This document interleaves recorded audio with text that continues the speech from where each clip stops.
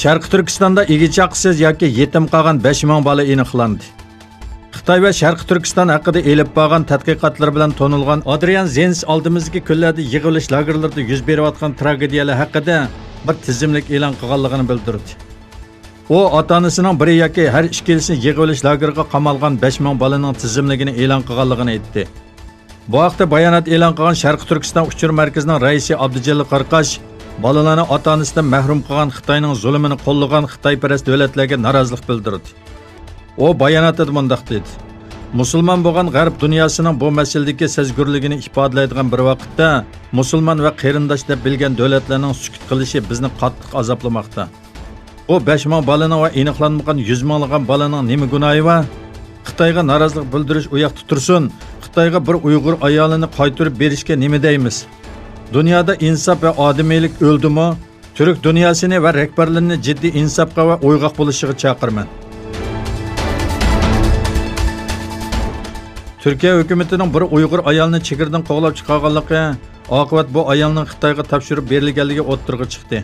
Sharqi Turkistonda Uyg'urlar xohlagancha tutqun qilinayotgan va atalmış tarbiyalash markazlari nomidagi yig'ilish lagerlarida qirg'inchilik davomlashayotgan bir paytda bir Uyg'ur ayolning Turkiyadan Xitoyga qaytarilishi norozilik paydo qildi. Yevropa xabarlari to'rining muxbiri Mustafa Bag ommaviy taratquv hisobida Zinnatgul Tursun ismli 30 yoshli Uyg'ur ayolning Turkiyadan Tojikistonga qo'g'lab chiqarilganligining keskin aniqlanganligi bildirildi. Zinnatgulning tuqqanlari uning Tojikistondan Xitoyga topshirib berilganligini dalilladi. Zinnatgul Tursunning ikki bolasining Zinnatgulning onasiga topshirilib berilganligi ma'lum bo'ldi. Mustafa Bag Twitter hisobida bu ishga norozilik bildirib mundaq dedi: Zinnatgul tojik emas. Tojikiston pasportimi yo'q. 30 yoshli ikki bolaning onasi bo'lgan bu tul ayol qandoqsiga chegirdan qo'g'lab chiqarildi. Bir ayol qadam besishi bilan hayoti xavfga uchraydigan bir davlatga bilib turib avatiladi. Bu yerda Tojikiston Xitoyga vakolatan orqa kirdimi?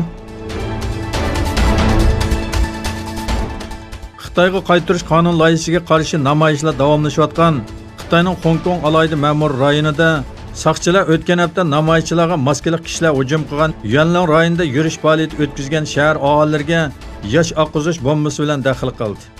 Minglagan qora kiyimlik namoyishchi o'tgan hafta oxirida yuzlari maskali oq kiyim kiygan kishi namoyishchilarga hujum qilgan metro bekatida yig'ilib namoyish o'tkazdi.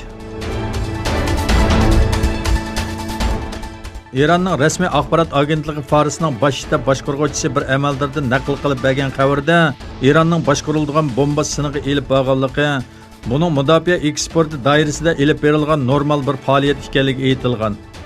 Yana bir tarafdan Amerika Fox kanaliga so'z qilgan ismini oshkorlashni xohlamagan bir Amerika yuqori darajalik amaldori Iranning boshqariladigan bomba qo'yib berganligini bilamiz, lekin hozircha ko'p ifoda bildirmaymiz dedi.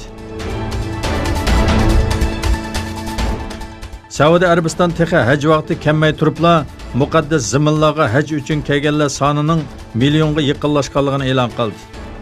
Saudiya Arabistonga hozirgacha 926.726 kishining haj qilish uchun kelganligi, bulardan 881.229 kishining aeroplan orqali kelganligini bildirdi.